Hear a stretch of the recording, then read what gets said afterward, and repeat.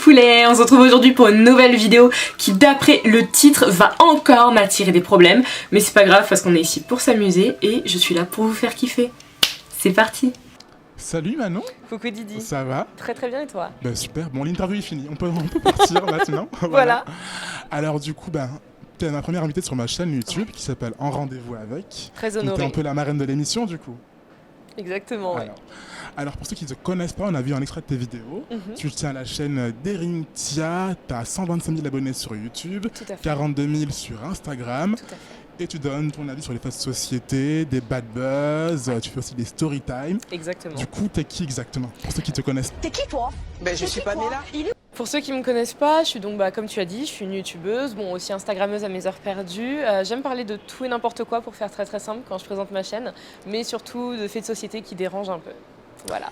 Et t'as un peu on va dire une marque déposée sur YouTube qui s'appelle Et pourquoi je déteste. Tout à fait. Donc... Hello mes poulets, bienvenue dans cette nouvelle vidéo et comme vous l'avez vu, c'est le retour d'un pourquoi je déteste. Aujourd'hui mes poulets, je prends des gros risques, je risque ma vie, je risque qu'on brûle mon appart, je risque tout parce que je m'attaque à Angèle. Alors première chose qui m'énerve par rapport à Angèle, c'est tout son univers. En gros c'est un petit truc hyper ingénu, pastel, esthétique. Donc en gros, Angèle, quand t'es dans ses clips, quand t'es sur son Instagram, ses covers, tout ce que vous voulez, t'as l'impression d'ouvrir le Tumblr d'une fille qui a genre 19-20 ans et qui est à fond dans tout ce qui est esthétique et je sais pas quoi. Pourquoi je déteste Cardi B? Première raison pour laquelle je déteste Cardi B, et je pense que c'est la plus obvious, c'est parce que cette fille-là, je trouve qu'elle n'a pas de personnalité. Le peu qu'elle a en fait, qu'elle affiche et qu'elle montre, que les gens disent waouh, j'adore qui elle le tire soit de Nicki Minaj, soit de Lil Kim, et elle y rajoute, vous savez, un peu de hood pour faire genre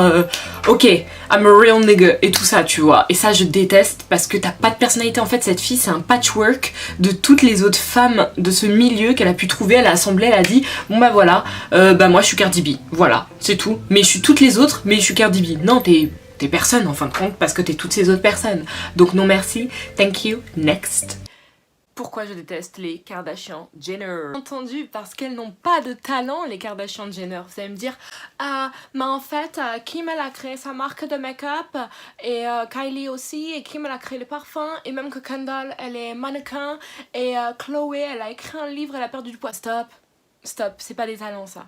C'est pas des chanteuses, ce ne sont pas des actrices, ce ne sont pas des femmes d'affaires de formation, enfin y a rien derrière, y a rien. Ce sont des filles qui ont attendu qu'une des grandes sœurs tourne sa sextape et toutes elles sont arrivées en mode ouf, viens on arrive, viens on fait une émission de télé-réalité, mais on propose rien derrière, y a pas de talent, c'est pas The Voice, c'est rien de tout ça, y a pas de talent, y a pas de talent. Genre t'es mondialement connu mais t'as pas de talent. Je trouve ça tellement ouf, enfin... Non mais promis, la prochaine fois, je fais une vidéo sur tout ce que j'aime chez Beyoncé, comme ça je vais casser avec ce cercle de hatred, sinon on va penser que je suis une fille qui déteste tout le monde. T'as pas peur de passer pour la fille qui n'aime jamais rien? Si, et c'est justement dans ma bio Instagram, youtubeuse qui n'aime rien ni personne. C'est quelque chose que j'assume parce que tout le monde déteste quelqu'un sans avoir de réelle raison en fin de compte. C'est humain, c'est comme ça, et moi je l'assume, donc ouais, y a pas de souci là-dessus. Et ça a commencé comment l'aventure YouTube? Comment tu t'es dit, je viens de filmer devant une caméra et dire ce que je pense? Ça a commencé il y a 1 an sur cette chaîne-là parce que j'en avais 2 précédentes où je faisais que de la beauté, mais c'était pas assez engagé justement. Et un jour, juste en regardant encore une fois Keep It Up with the Kardashians, donc leur télé-réalité, ça m'a énervé, le vide et la bêtise que je pouvais voir là-dessus. Kylie Jenner to the foyer. I have a little surprise for you. Donc je me suis dit mais viens t'en parle en fait sur ta chaîne, et ça a commencé comme ça, voilà. Donc les gens ont apprécié du coup les pourquoi je déteste. Tout à fait. Il y en a et beaucoup tu qui comptes apprécient. du coup être reconnu pour ça ou pour autre chose sur YouTube au final?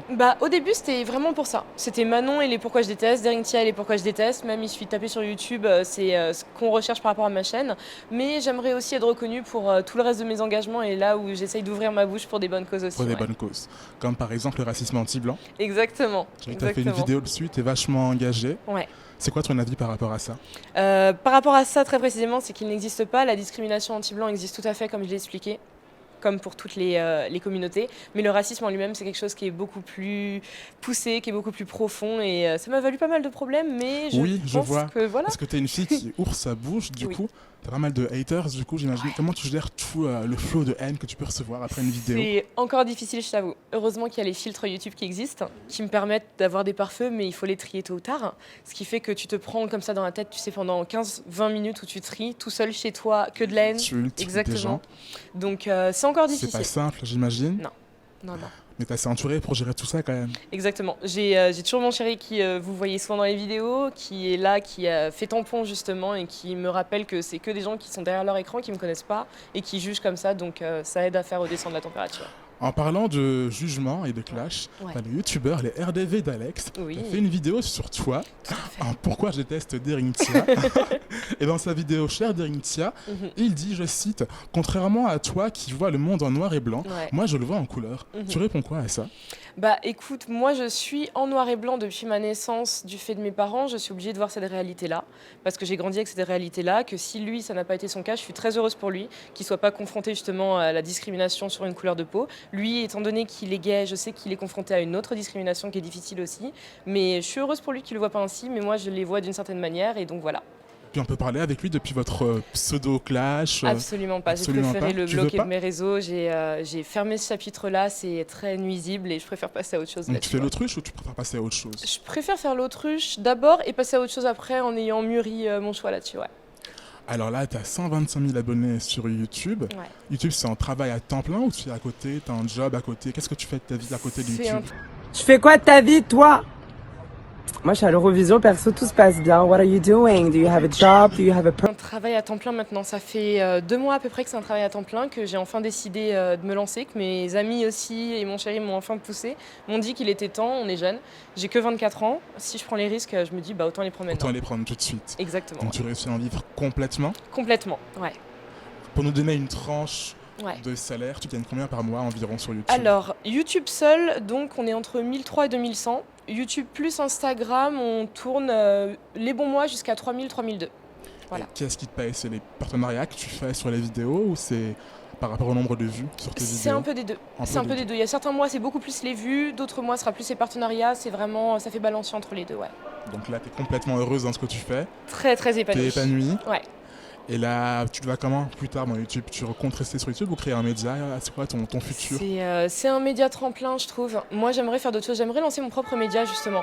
Que ce soit sur du web, de la presse écrite, je sais pas encore, mais je veux lancer mon propre média. Je veux juste me laisser le temps d'un peu tout voir, d'un peu tout tester et de voir le jour où j'en ai marre de YouTube, tout simplement. Voilà. Tu as eu des propositions de télévision, de radio, quelque chose comme ça? J'ai eu les deux. J'ai eu les deux justement, j'ai même oublié, c'est très méchant, le nom des chaînes et de la radio, mais c'était de la web radio, c'était des petites chaînes. Je voulais pas me lancer vraiment un corps perdu dedans, sans savoir ce que ça allait donner et si même leurs médias allaient tenir eux-mêmes, donc on laisse le temps aux choses d'abord. Et tu te verrais en télé, pourquoi pas plus tard, idéalement? J'aimerais bien, mais beaucoup de stress. Beaucoup de stress, pourquoi? C'est énorme. La télé, c'est pas rien. Et moi, déjà, juste avec ma caméra dans ma chambre pour YouTube, c'est énormément de stress. Est-ce que tu parais assez à l'aise quand même sur YouTube? Je parais, mais c'est parce que je suis seule avec mon chat aussi, c'est très facile. C'est très différent. La télé, t'as toute une équipe. C'est différent. Exactement. Il y a un gros gap. Alors on va passer du coup à une partie un peu plus détendue de l'interview. C'est parti. Première question, pourquoi Deringtia? Alors, très très facile. Daring, normalement c'était D-A-R-I-N-G, mais c'était déjà pris. Donc j'ai dû rajouter un I, ce qui signifie en anglais donc to dare, oser. Tia, ça vient d'une langue d'Afrique de l'Ouest qui signifie tout simplement reine de beauté. Donc reine de beauté qui ose, c'est la fille aux grosses chevilles tout simplement. Mais je trouvais ça pas mal comme petit mix, donc voilà. Ta plus grande fierté? Je l'ai pas encore trouvé ma plus grande fierté, je pense. J'en ai pas. YouTube? Si, allez, peut-être. Les 100 000. On va dire les 100 000 sur YouTube quand même. Merci aux 100 000 cas. 3 qualités chez toi? 3 qualités. J'ose beaucoup. Je suis toujours de bonne humeur. Et j'ai un grand cœur, je trouve quand même. Okay. Je trouve, c'est ce qu'on me dit, donc voilà. 3 défauts du coup? Je suis très têtue. Je suis parfois assez méchante, faut le dire. Et encore têtue. Ouais. Ton meilleur souvenir? Meilleur souvenir? Waouh.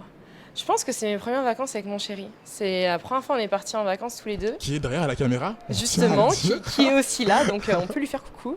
Ouais, c'était nos premières vacances. La pire gaffe que tu aies faite. Bonne question. J'y ai pas encore réfléchi.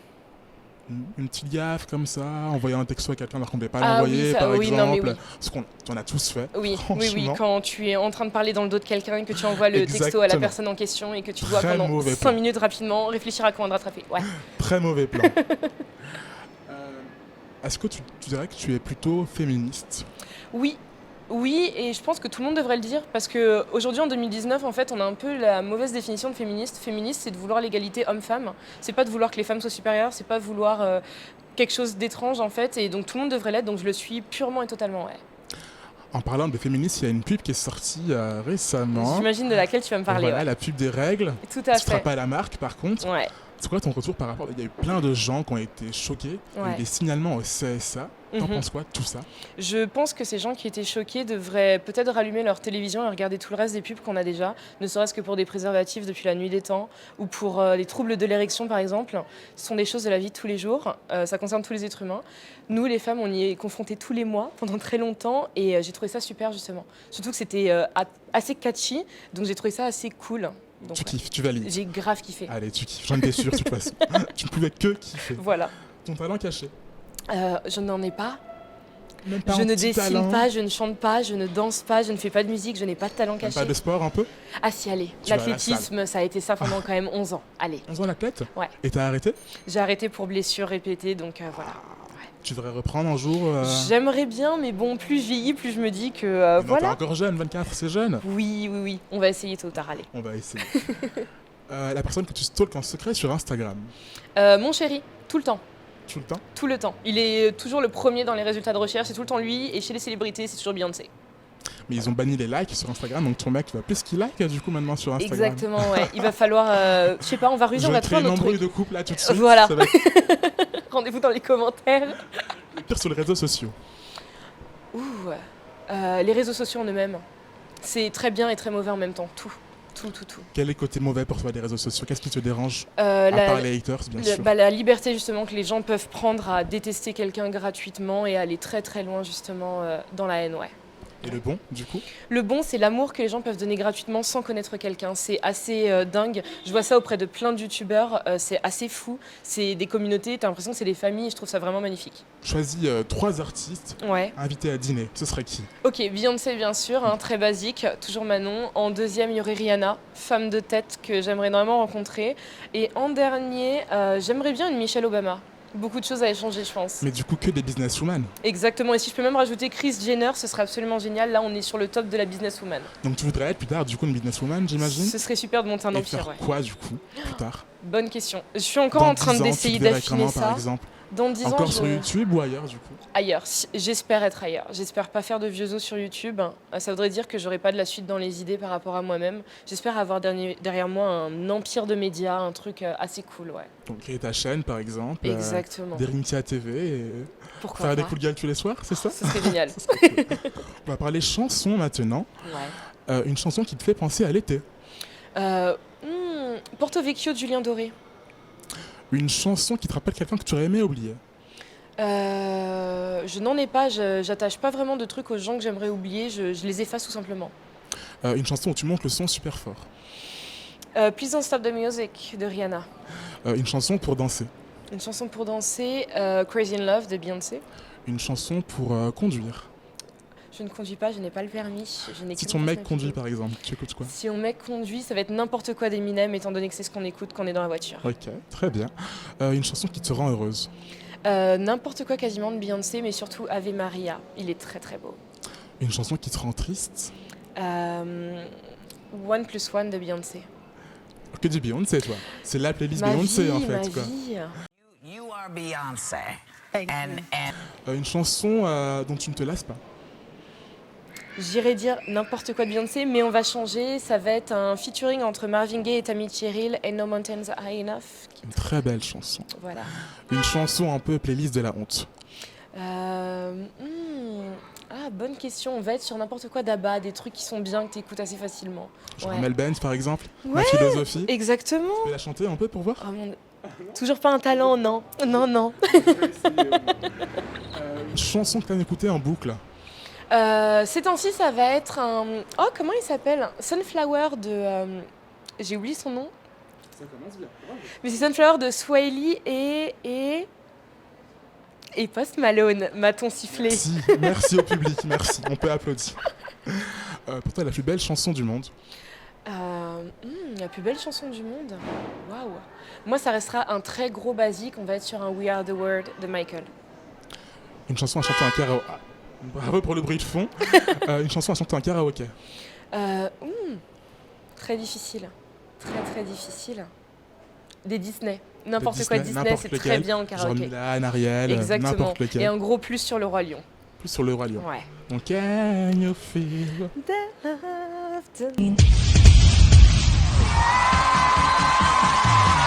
Bon, c'est faux, mais j'aurais chanté, c'est pas grave. Et pour finir, une chanson pour une soirée en amoureux. On va être sur Mirrors de Justin Timberlake. Ouais. Okay, très bien. Merci Manon pour cette interview. Compris Didi, c'était avec grand plaisir. Le mot de la fin pour toi, c'est quoi? Bah écoute, très bonne continuation à toi. J'espère que ça va briller, qu'il y aura des personnes hyper intéressantes qui vont être là encore après. Ok, merci.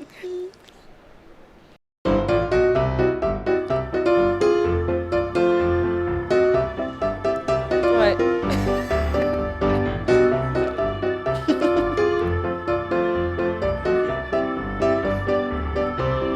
En plus, il y a de la circulation, donc les gars, ils passent lentement. Alors n'hésitez pas à suivre Manon sur Instagram et sur YouTube. Abonne-toi à la chaîne et mets en commentaire qui tu voudrais voir la prochaine fois dans Un rendez-vous avec. À bientôt.